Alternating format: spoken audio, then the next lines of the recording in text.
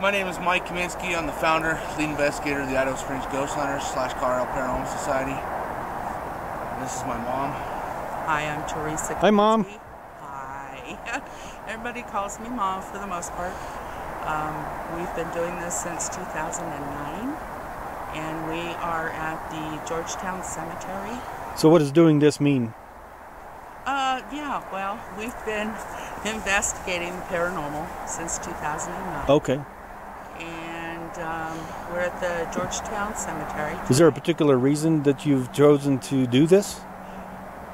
Just because my whole life I have been haunted by the paranormal, and No lights. I just thought maybe this would be a great thing to do, to go and, you know, help people out. And Right.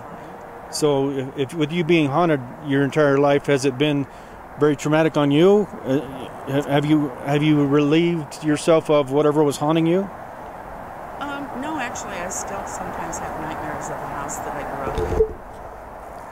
So I think that's why it's really important for me to try and help other people who are being haunted, to try and get to the bottom of why and who's haunting them, and try to get rid of it for them, especially children. Right. So we're obviously in a very, very dark place. I've shown it before, but if I turn this light completely off, if I look around, we're complete darkness here in the cemetery. Is that something that scares you? Not anymore. No. Not anymore? No, for me, going in the dark, investigating the darkness is something that just really I enjoy doing personally. Being able to find things in the dark, debunk if possible. What's debunk mean? Debunk means to find logical explanations for the paranormal of stuff that's happening. Like people say water faucets are running or stuff like that. It could be a loose bolt in the faucet. That's a good example. High EMF could be caused from electrical boxes or overhead electricity. And you get fear cages and that if there's too much EMF, which is electromagnetic field. So you think EMF affects people if they're surrounded by a large amount of EMF? Absolutely. Absolutely. I believe it makes, you feel nauseous. Have you run into several situations where that was the case? Yes. We had a case a while back, and the ladies and her husband were having lots and lots of stuff happen to them when they were sleeping. They felt like they were being watched, touched, grabbed, and they were just really paranoid. And in their bedroom, the EMF was off the charts. So that can definitely give you the chills and give you really eerie feelings. I bet you that was a relief for you to find out that for them and kind of ease their mind, wasn't it? Absolutely. They were very thankful, actually, and they got it fixed, and everything's fine in their house now. So, yeah. Big high five for that one, right? Absolutely. All right. You got to always look for the positive things. Absolutely. You know, as I walked up to record this session, you mentioned that you were hearing some potential giggling or something of this nature. Yes. Can you describe that for us? It sounded like children, several children, playing back over behind where you're standing. So obviously, way in the wooded area back behind us, you heard, and there's nobody living back here. This is all cemetery grounds. So you think that potentially there's something here. So this is mainly just for training grounds to kind of teach our guys, how to conduct an EVP session and do other things. Absolutely. Correct? Absolutely. We have the juniors team. Whose idea was making the juniors team? It was actually my idea, me and Alicia Myers' idea. We had a lot of adults that said their kids wanted to join, and we just said, well, you know what? Let's try something that no other team has, and let's bring people aboard the juniors. Now, the one thing we do with our juniors team is, just like a school, they have to have a C+ average to be eligible to participate in any ghost hunts or anything. So just like if they were playing a sport or something like that, we have some guidelines. Absolutely. And we have to see their report cards every period. Every Quarter? Every quarter, yes. I get you. Well, that sounds like a really good idea. Do you normally just leave a couple of the junior members by themselves? Absolutely not. Yeah, no, we never do that. We usually have an adult watch them, at least on camera. We film them, teach them the ropes of how we do our things. Okay. And So they may not be actually in the shot. The adult might not, but they're in the background with them. Absolutely. Okay, safety obviously is paramount. Yep. Okay. Definitely. Yeah, and we encourage them to let us know if they hear anything or see anything, and then we go and we check it out with them, and we encourage them to learn how to set up all the equipment, the cameras, and how to use. I see that you have a lead for the junior team, and you also have a tech manager and other members for the team. Yes, we do. Oh, that's good. Kind of broken down, kind of like the adult team, correct? Yes. Absolutely. We want them to learn the responsibility. So, you know, when they get our age, they can pass on to their kids can pass on to their kids, and they can always get the knowledge and know how to do this and what's going on. And then help people in the future. That's obviously that's an outstanding idea. Now, you've created the junior team. You have senior team. You have equipment. What was your most? Let's start with Teresa. What was your most significant activity other than your childhood that you've experienced while you were trying to help somebody? Well, one of the places that we did wasn't necessarily. Don't mention the name. Okay, no, I won't. Okay. It wasn't necessarily. It was a business, and we were down in the basement. It was a restaurant, and I have never ever gotten over maybe 310 at the absolute most electronic voice phenomenon. Sure. Which is on our recorders. Yes. We actually got, and they were clear as clear can be, 36 EVPs. Wow. So you're saying you had Class A EVPs? Yes, we did. Wow. Yes, we did. That sounds like quite an active location. It was very. We can't talk about the location name, but that sounds interesting. It was awesome. How about you, Mike? What have you? Well, we were doing an investigation.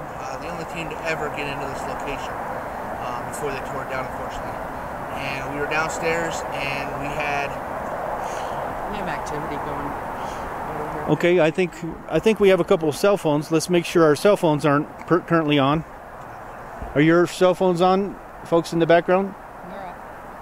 All off? Everybody? Okay, we have a cell phone on, so that's probably what it is. We already debunked it. Sounds good. Okay, tell us again about your basement. It's in this basement, this place, and it was a hospital. It was an old hospital.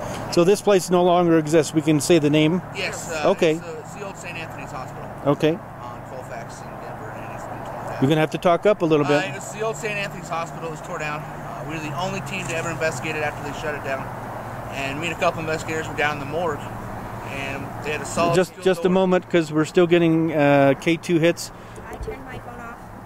Anybody else? Check your pockets. Make sure it didn't accidentally turn on. Anybody? Are your cell phones off? Yeah, I don't have mine on me. Okay. I have one. All right. Mine's back up with the equipment, and it's not even on. So that might be the children that you heard giggling coming to visit for a moment. Absolutely. I asked them to come and play with us. Okay. Well, at the same time, you had the basement in the hospital. It was a morgue, and it was a solid steel door, and we had opened it, and we were walking into where they did the autopsies on the table. We're doing an EVP session, and all of a sudden we turn around, and the door is shutting on its own. So we walked over there and tried everything we could to debunk it, jumping around, banging around. The solid steel door wouldn't shut unless you shut it yourself. Oh, solid. Wow. Probably the wind wouldn't have made that move either. Yeah. No, it was one of the best. Did you get anything along with that? Because normally our thing is we like to have triple validation, right? Did you happen to catch any EVPs along with it? Any electronic voice? Breath. A breath. Just a breath, Okay. the same How about the EMF? Did we get any EMF? We had an orange K2 hit, all the way up to orange. Oh wow! So that's a full on hit.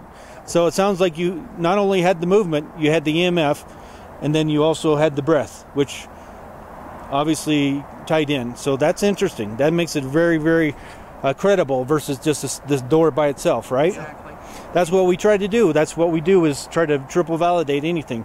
First, if we sense something, then the equipment works, or we get an EVP, or we hear a disembodied voice or something. We try to get at least triple validation if possible. Obviously, it's not possible in all situations, but that's a good practice, right? Absolutely. Okay. On that note, in that same investigation, we had some nurses with us that had their own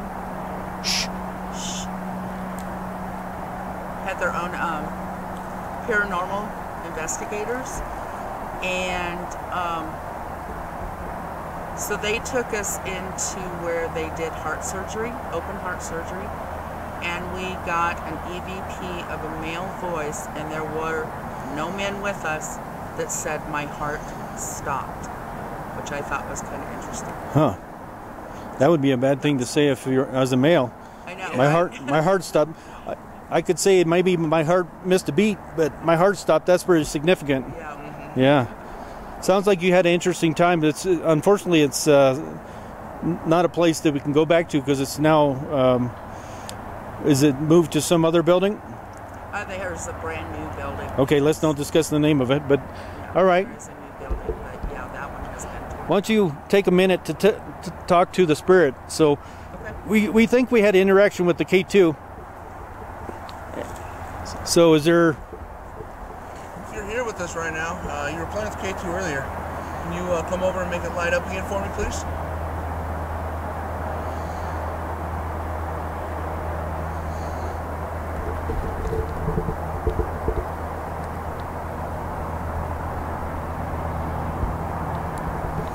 So I'm going to turn the light down so that we can focus. Get a hit on the K2 over there. All right. Thank you. Thank you very much. I'm going to turn this light down a little bit so we can kind of... Let's turn the laser grid off for a moment.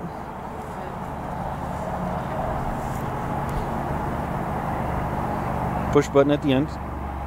Other end. There you go. All right. This one too? So no, we should be able to be good. 'Cause that one's lower. Just so we can see some of the... See the lights activating? Well, thank you for coming out. You want to talk to the spirits again? We're going to focus back on you again. All right, if you want to just come over here. You see the playing with K2 over there. Can you come set the one off on the other side? Okay, I'm going to turn it a little darker so we can kind of see the K2.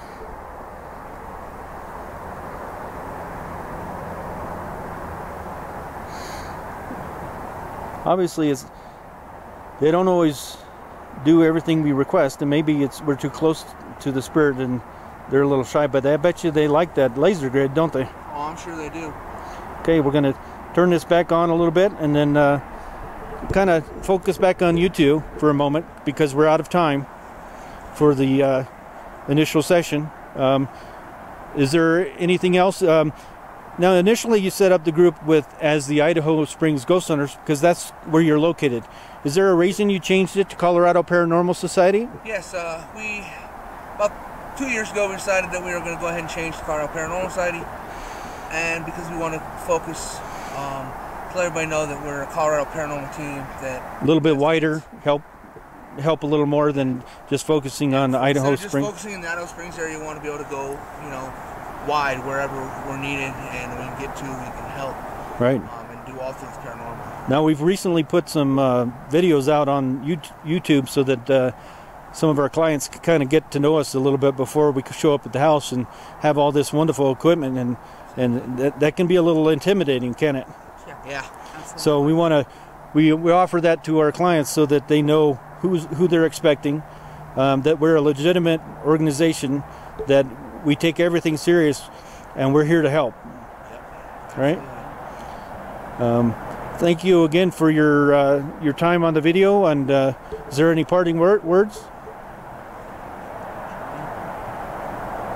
We hunt the things that haunt you. Good night. Thank you. There you go. Night.